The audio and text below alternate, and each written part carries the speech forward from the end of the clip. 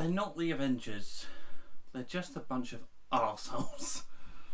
Thunderbolts, with an asterisk, is directed by Jake Schreier and written by Eric Pearson, Joanna Kalo and Kurt Busiek.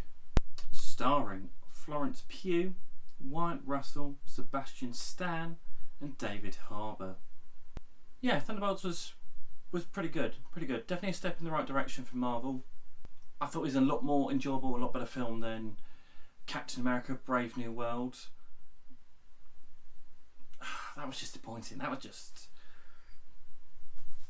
Brave New World was only just a bit boring and completely ruined by the marketing of it.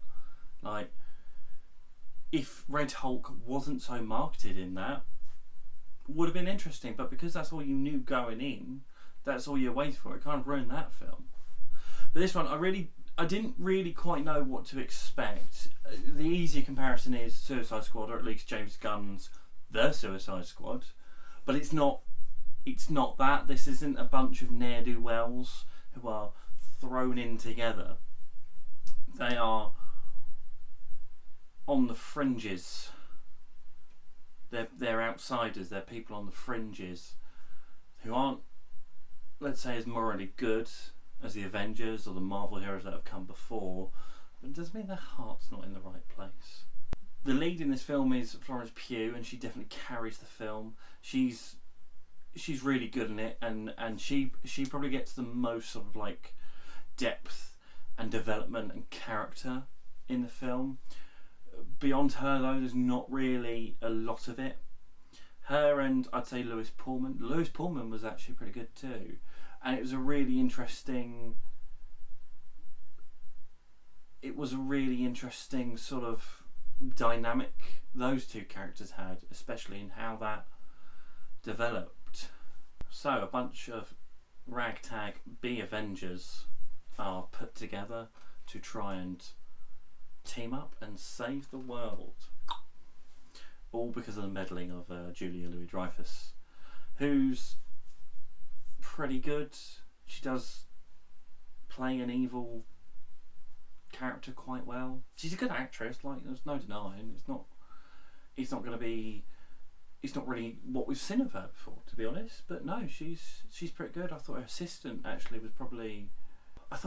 was pretty good. She brought a bit of levity and drama to it. She was a bit more fleshed out, you could say. There was a bit more of a 3D character to her, whereas Julia Louis-Dreyfus was just kind of the most bad guy in this, outwardly actually and behind the scenes, but she's definitely pulling the strings in this. The interplay between the group, the Thunderbolts, is probably the best part of the film. If that doesn't work, then this film doesn't work, but it's actually pretty fun, and I enjoyed their bickering quite a bit more than probably the rest of it in this film. What really surprised me actually was the tackling of mental health, and it really didn't shy away from some quite heavy topics to do with it. There's suicide, there's mental abuse, there's mental illness that's explored. The villain of the piece, he has a bit of trouble with his mental health, and you could argue that it does villainize that in a way, but ultimately I think it shows like a really mature, for a superhero film, a mature approach to it, because not every problem can be solved by punching and shooting it. Admittedly, this is all that group can do. So for them to actually defeat the villain with a group hug, I really liked that part. A little bit of a spoiler, sorry about that, but the visual of that was really nice, and it's really different to what we've had before. Lewis Pullman, as soon as I saw his name, I was like, oh, of course that's Bill Pullman's son. Now I see that. I was trying to place him throughout the entire film, but he brought this really kind of nuanced take to his character, Bob. David Harbour does a lot of comic relief. He's there to bring the laughs, bring the levity, but he does get a really good speech.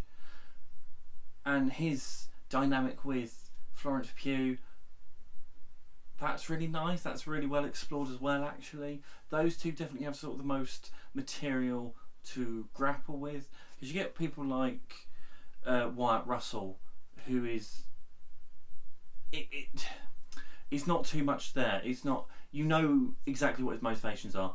He is trying to do the right thing. He wants to do the right thing. He is just a bit of an arse about it. And it was actually really good seeing Ghost come back. And granted, she's just kind of like there, and you don't really learn a lot about her. But it's good to see her. We haven't seen her since Ant-Man and Wasp, I think. So, you know, to bring back like these B characters and actually give them something to do, I really like that.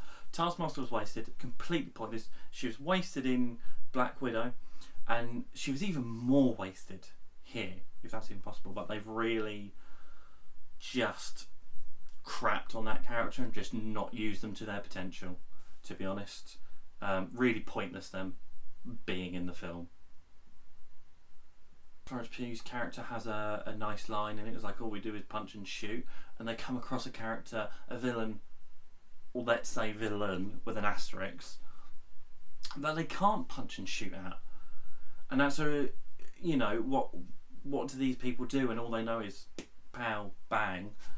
What do they do when they fight something that can't be fought like that? And I enjoyed that. I enjoyed how they defeat them.